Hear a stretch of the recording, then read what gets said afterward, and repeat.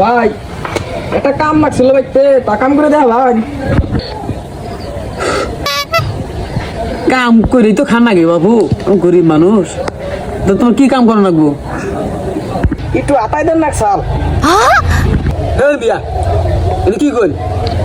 আমি আপনার আমি আতা না কালানি আতা নাকবো। আমার সবজি গাছ আটাই দেন না, আমি হেরা কইতাছি।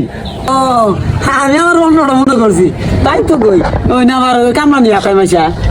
তাহলে কাম তো করবো, তাহলে আমার খাবার দাবার জানি কষ্ট দিন না, খাবার দাবার ঠিক মতো দিলেন আর কাম দুই কামলার কামে আগে করে আলাম সমস্যা। এখন আনে মানে কিভাবে করে খান?